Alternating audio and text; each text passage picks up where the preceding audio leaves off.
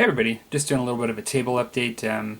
My slow progress over the last bit, at least with my artillery, has come to an end. I've actually finished them, and I've also finished the church. And I am working on, and of course, my two grenadiers that I had done with them. And I've started seriously trying to get my limber done now. Just about got all the base paint down on the limber, just except for a couple of details, but I have to do some cleanup of the base paint before I go on to highlighting and shading. But I'll show that maybe just after I show my completed artillery here. I'm not going to do like a showcase video, but I'll just show the church and the artillery. I think these guys came out pretty nice. Let's see if I can get a good... Actually, do my best here to... What I'm going to do is zoom in close so I can go in here.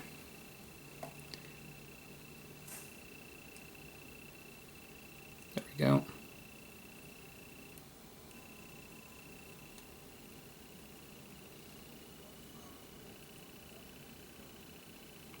I find that the white gloves and the lack of gold on the uniform, after looking at a lot of British, I find that that really does still distinguish them quite a bit from the British, the look. Those white gloves really stand out.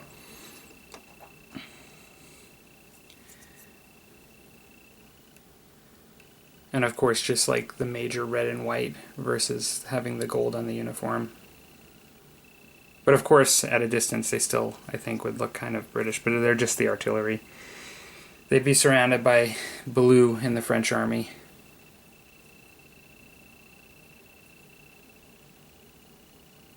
Hopefully they would, or they're going to get taken out pretty quick, being artillery crewmen.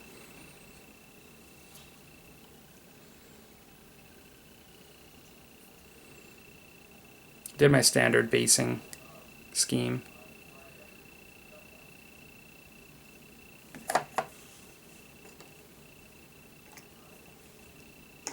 I think I've already showed the cannon. I actually quite like the way it came out. I'm just going to show a little comparison real quick, even though I showed them both. I did them slightly differently. Like, I guess, I know some people do everything the same, but these are two different armies, and I separated my painting of them by a lot of time. But it would make sense, like with historicals, I tend to go for what I think to be a little bit of a realistic effect. This guy is a little bit shinier, and although there is the beginnings of some, what is it, the nitric oxide happening on the bronze, or the patina or whatever, it's starting to happen around the edges. It still looks like a shinier gun that the British are using there. Whereas, now, the French were actually there first, as far as, depending on where you're looking, when you're looking at the war, whether it would matter. The French were there first. But this gun definitely looks a bit more weathered. Even its brass, like the overall tone, looks a bit darker, and it has a little bit more of the oxidation on it. Being left out, like, you know, in the woods and the fields and constantly subjected to the elements. So those are the miniatures. Quite like the Minden cannon. They're really nice models. This is the Perry Church. I was kind of thinking if I had the box kicking around where I could show it. I guess I do right here. See how they did it. They did it much different than I did, but I'll show like the box cover in a second here, just to show how they did the church. So I wanted, what I went for when I set out with this was a white distressed look, and I think I got that. Like, it doesn't have that like plain white. You can see it in here where it looks kind of weathered, I think.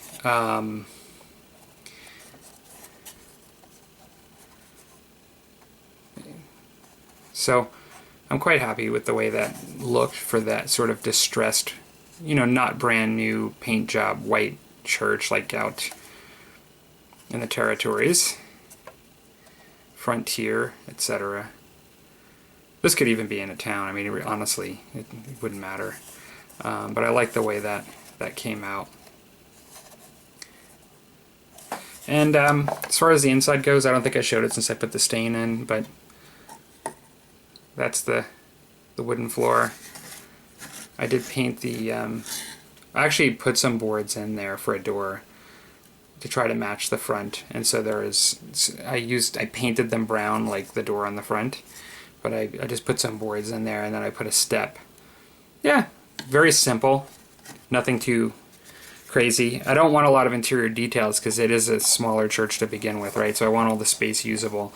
But like I talked about in other videos, this was essentially a conversion to make the church something where you could use the inside. Very doable in my opinion. But not perhaps the most obvious thing if you're just approaching it for the first time and you haven't researched it as to how to make it so you can open it.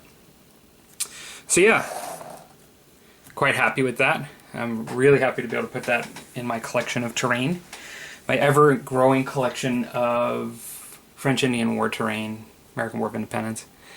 So this is got a long way to go still, but essentially I have my limber.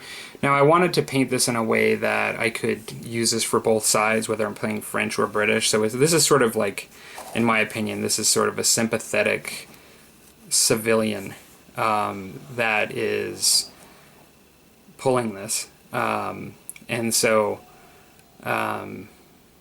that's the way I would sort of you know, put it in my list. I've got some cleanup to do for sure from when I was just painting the reins like here and stuff, but yeah, lots of work still to do on it, but I like the color scheme so far. Just two different horse colors, but that's the limber. I think in the future I am going to purchase a specific limbers to each side, and so I was eyeing a British one in particular. So I will be getting one or two more limbers in the future, and some artillery wagons and things like that. But that's kind of where I'm going. I don't really have any progress on Deadpool to show. I'm going to be focusing on him individually after the limber. I find it's hard for me to work on character models among assembly line painting. Even though the red sort of worked out with Deadpool on this one, to be doing it at the same time, he was the one that I definitely just put aside because I just want to focus on him in particular, like sort of like the metallics of his swords and just various things, and so I definitely just put that aside. I'm staring down my goblins now that I'm getting to this point where I wanted to get this beginning of the year historical stuff out of the way so I could get back to my goblins.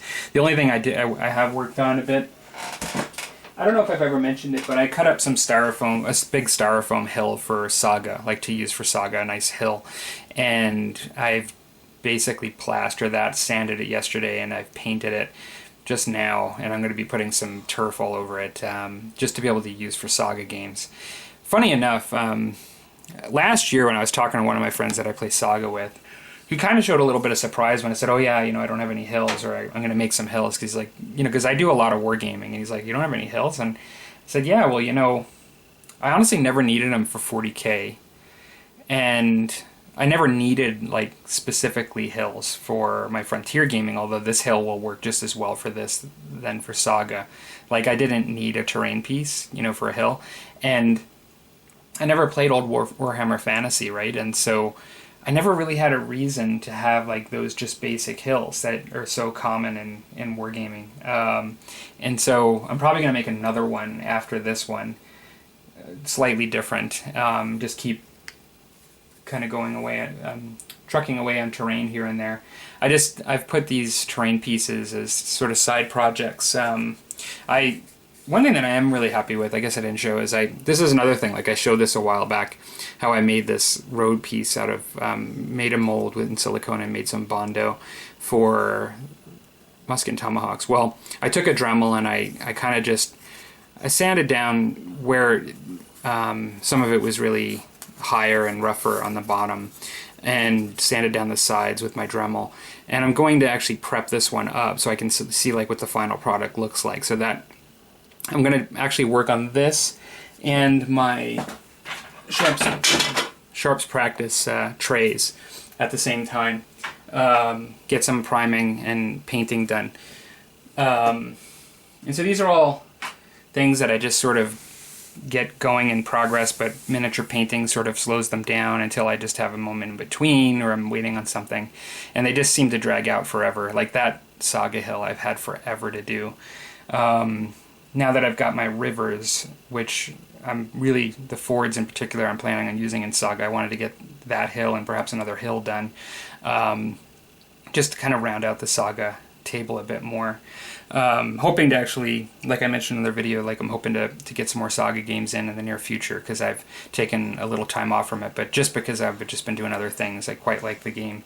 So, alright, well, that is my update for today, and take care.